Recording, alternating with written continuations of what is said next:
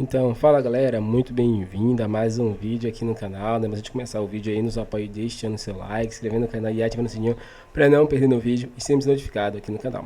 Então galera, vamos fazer aqui uma reação e um corte aí da TNT Esporte, fazendo uma entrevista aí com o Marcos Braz, que vai falar sobre a polêmica de hoje, né? Envolvendo aí Varela, né? E se ele vai permanecer no Flamengo, visto que vazou um vídeo aí ele na torcida do Penharol. Então, sem mais enrolações galera, fica agora aí com o vídeo. Primeiro quero te agradecer, Braz, pela presença hoje, por esses minutinhos aqui com a gente. Ele já tá rindo porque ele sabe, Otávio, que o Flamengo é animado, a coisa no Flamengo é animada. Então, antes da gente entrar no assunto Copa do Brasil, eu vou aproveitar a presença dele aqui pra gente falar de um assunto bem quente, um tema do dia que foi o episódio que aconteceu hoje no Rio, né, Braz? A gente viu aí uma grande confusão com torcedores do Penharol e acabou que o Varela, lateral do Flamengo, apareceu nessa confusão. O clube já soltou uma nota explicando o que aconteceu, mas como nessa nota dizia que o caso estava nas suas mãos, eu quero aproveitar a tua presença aqui para você poder explicar exatamente o que se passou ali. Primeiro falar que isso não faz parte do futebol, né, não a situação do Varela. As cenas lamentáveis que a gente viu no Rio de Janeiro, a orla do Rio de Janeiro cheia, com cenas que a gente pouco acredita de que o futebol mereça. E dizer que o Varela, ele treinou normalmente, ele fez todas as atividades no clube, chegou aí eu não sei se ele chegou aí no almoço, que no primeiro momento ele chegou aí no almoço e saiu. Ele saiu para encontrar dois amigos, que isso foi o que o Varela passou para mim num segundo momento, em que ele estava extremamente preocupado com esses dois amigos e ele foi com o carro dele perto desses amigos aí. Em determinado momento, quando ele estava parado, com bastante confusão, chegou a polícia militar e a polícia militar pediu para que ele saísse do carro, porque ele sequer tinha saído do carro, ele não estava fora do carro, não estava em nenhum tipo de confusão, estava no lugar errado, não deveria estar lá, mas ele não estava fora do carro, em nenhum tipo de, nem confraternização, nem de tumulto, só que o policial militar determinou que ele saísse do carro e ele fez certo, tinha que cumprir a ordem do policial militar. Quando viram que era ele, o mundo de hoje simplesmente não tolera mais isso. Em 5 minutos você tem 300 imagens. Foi isso que aconteceu. Ele sai dali e volta normalmente a gente fez um almoço hoje para os jogadores, para a comissão técnica. Até aproveitar aqui que estavam falando de festa, não tinha festa nenhuma, apenas um almoço num lugar bem reservado, a comissão técnica, os funcionários todos do futebol do Flamengo, para que a gente ainda possa se unir mais ainda para essa reta final, tanto da Copa do Brasil como do Campeonato Brasileiro. Bom, e até aproveitando esse gancho, né, a gente está aqui para falar bastante de Copa do Brasil, agora já esclarecida essa situação aí do Varela. O Flamengo chega à 3ª final consecutiva, agora se torna o clube com mais finais de Copa do Brasil. E é um momento, assim, de uma temporada em que o Flamengo teve seus percalços, mas consegue chegar a mais uma final. Na tua visão, Braz, o porquê dessa facilidade que o Flamengo tem com a Copa do Brasil, essa relação que se criou com a competição nos últimos anos? O Flamengo já garante aí pelo menos mais 51 milhões de reais em premiação, podendo ampliar se terminar com o título. O que significa para vocês nesse fim de temporada, com a chegada do Felipe, alcançar essa vaga aí na final? Assim, eu acho que o Flamengo vai lutar pelo Campeonato Brasileiro até o final. Agora, a gente querer descolar, pelo menos essa é a minha opinião, a gente querer descolar os acontecimentos em relação aos lesionados, eu acho que é um pouco injusto com o elenco quando eu falo de Campeonato Brasileiro e Libertadores. Se você fizer uma análise, o Flamengo perdeu 60, teoricamente, jogadores de 60 gols no ano. Né? Se você fizer um histórico recente do que o Pedro faz de gol, do que o Cebolinha faz de gol e do que o Luiz Araújo faz de gol, os três atacantes do Flamengo, você tem lesões que não são lesões que você volta com com uma semana, com um mês, sequer com 2 meses. São lesões que tiraram completamente, apenas do Luiz Araújo, que é um pouco mais, talvez menos grave. Agora, tirar isso dessa correlação, eu acho que é injusto. Eu acho que as lesões contribuíram. Claro que tiveram erros, claro que a gente poderia ter ganho jogos que eu acho que faltou um pouquinho mais, erramos também, mas as lesões elas foram fundamentais para que a gente não tivesse numa situação ainda melhor no Campeonato Brasileiro e da Libertadores. Quanto à Copa do Brasil, é um campeonato que é importante, é um campeonato que é nacional, e o Flamengo sempre gostou dessa competição de 2000. Não, sempre gostou, pelo menos é um título nacional em que você não tem uma importância muito grande nesse segundo semestre, e eu acho que o Flamengo ganhando, se der tudo certo, se o lado de cima permitir, se a gente ganhar essa competição, eu acho que o ano fica sendo um ano razoável. Não é um ano dos sonhos, não é do ano dos meus sonhos, nem da torcida rubro-negra, nem de todos os jornalistas que acompanham isso, mas na minha cabeça eu acho que fica sendo um ano razoável. Otávio, o Braz está à disposição aqui para as perguntas de vocês também. Ele já está ouvindo vocês aí no estúdio. É só se vocês se identificarem e fiquem à vontade aí para baterem uma bola com a gente aqui também. Beleza, Monique, obrigado. Vou começar por aqui. Braz, Otávio falando, prazer estar conversando com você. Eu queria aproveitar esse assunto de Copa do Brasil para falar especialmente desses 2 jogos finais contra o Atlético Mineiro, né? O Galo mandou um ofício à CBF solicitando jogo limpo, falando sobre arbitragem, inclusive dando a ideia do VAR semiautomático, onde a CBF já disse que não tem tempo hábil para implementar isso. O Flamengo até se mostrou a favor também dessa tecnologia. Eu queria que você falasse do lado do Flamengo, né? O Flamengo também tem uma preocupação específica com a arbitragem? Chegou a conversar algo sobre isso com a CBF? O Flamengo está preocupado com a arbitragem nessa decisão, Braz? Um abraço para você. Um abraço. Eu acho que o que o Flamengo tem que ficar preocupado é exatamente quando essas narrativas começam. Já começou lá do Atlético Mineiro, falando em relação à arbitragem, falando de anos 80. Quando começa essa narrativa, acaba que fica o jogo sendo penalizado, o trio de arbitragem, o VAR, todos chegam nos jogos ainda mais pressionados, então isso nada contribui. Eu já passei dessa fase de ficar jogando essas conversas fiadas, mas é muito ruim.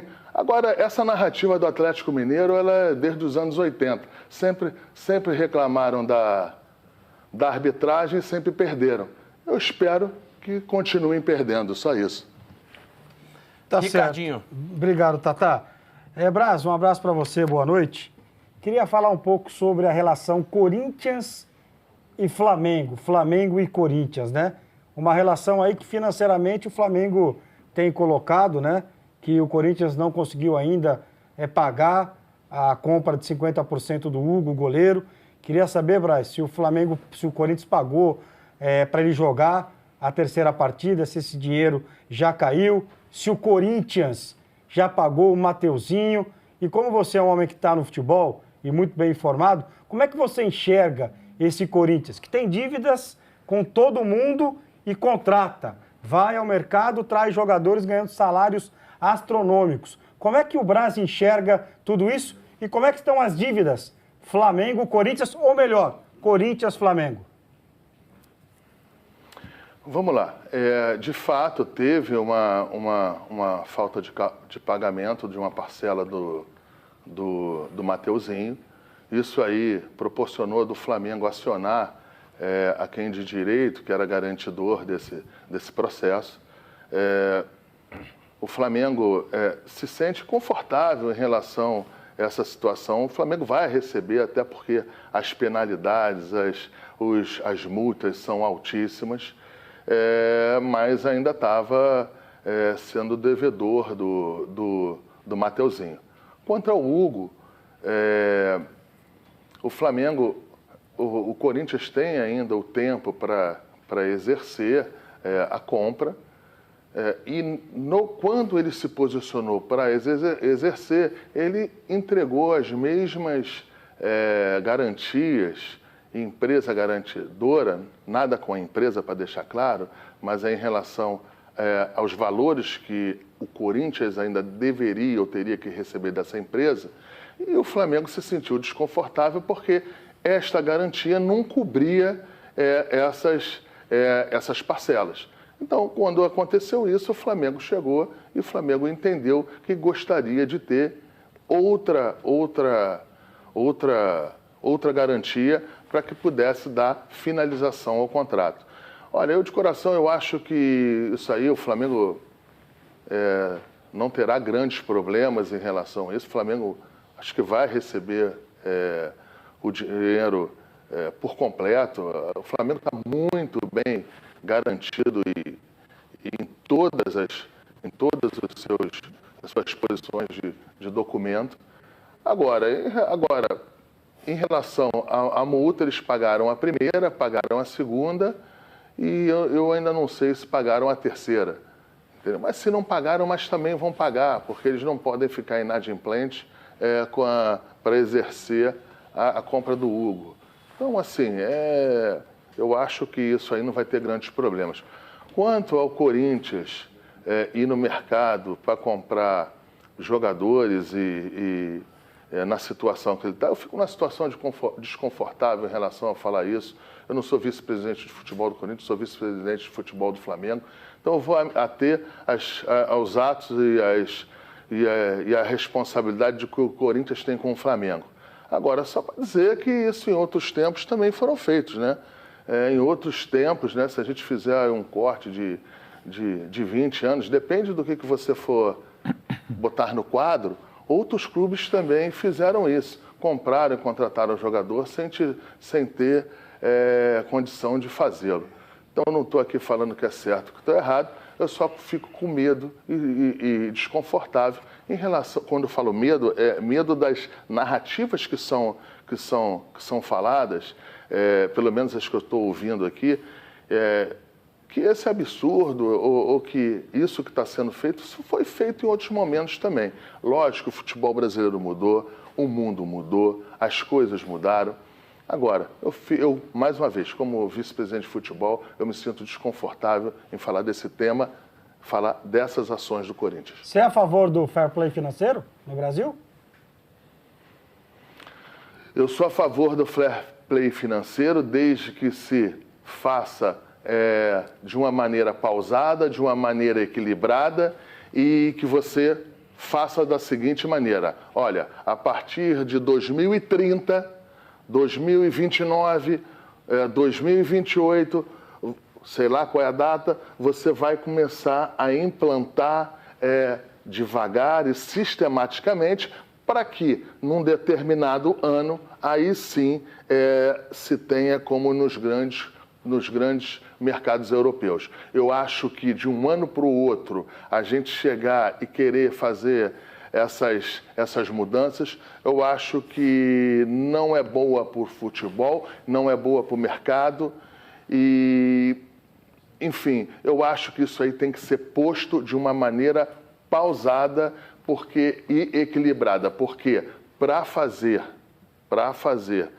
a cobrança do fair play financeiro com excelência, isso aí é muito rigoroso e eu não sei se isso terá um rigor que tenha que ter pelo tema, logo se você fizer de um ano para o outro. Eu acho que isso aí tem que ser feito de uma maneira pausada e implementada em partes, em processos que não se tenham dúvida de como é que vai ser feito isso. Então, eu acho que deveria aí pegar uns 2 anos para frente aí e aí sim começar esse processo aí. Isso não quer dizer que não se tenha que começar os estudos, que eu sei que já tem da CBF. Eu acho que tem que ser... os clubes têm que participar também desse processo, não podem ser só as mãos de qualquer entidade. Eu acho que esse processo tem que ser um pouco mais amplo Mas, infelizmente, quando a gente coloca tudo com amplitude aqui no futebol, ele se politiza muito. Mas, nesse ponto, que é o fair play financeiro, tem que ser feito dessa maneira, posto de maneira gradual. Senão, não será cumprido, e aí vai começar, cumpriu com um, não foi rigoroso com um, não foi rigoroso com outro, e aí começa um ponto tão importante que a gente pode fazer um equilíbrio correto, honesto, de uma maneira errada. Então é isso, galera. Chega mais um fim de um vídeo aqui no canal, né? Vimos um pouquinho aí da entrevista de Braz, falando sobre o caso Varela, né? Que aí se meteu em uma confusão, né? Ele foi lá ajudar ali uns parentes dele, né? Do Penharol, quem não sabe, ele era uruguai. Então ele foi lá ajudar e acabou se metendo na confusão, porque a polícia chegou, né? E pediu para revistar ele ali, né? Surgiu vários vídeos aí disso aí, né? Da revistação dele ali, dele tá envolvido ali junto com os uruguaios que estavam tendo vandalismo ali no Rio de Janeiro. Mas o Flamengo aí, né, se pronunciou oficialmente, falou sobre esse caso e falou que ele já avisou, né, a presidência lá, o vice-presidente, o presidente, sobre o caso, e que ele não foi lá para se meter na confusão, mas sim para ajudar a tirar as pessoas familiares dele daquela confusão lá para outro local, né? Ele foi até almoçar com os familiares dele lá em uma região um pouco distante ali, e para não ficar naquele meio. Mas é isso. Braz disse que ele continua no Flamengo, vai treinar, né? E provavelmente já esteja aí no próximo jogo aí para atuar pelo Mengão. Qual a sua opinião, torcedor? Comentário pra gente aqui, né? Deixe seu like, inscreva no canal e até o próximo vídeo.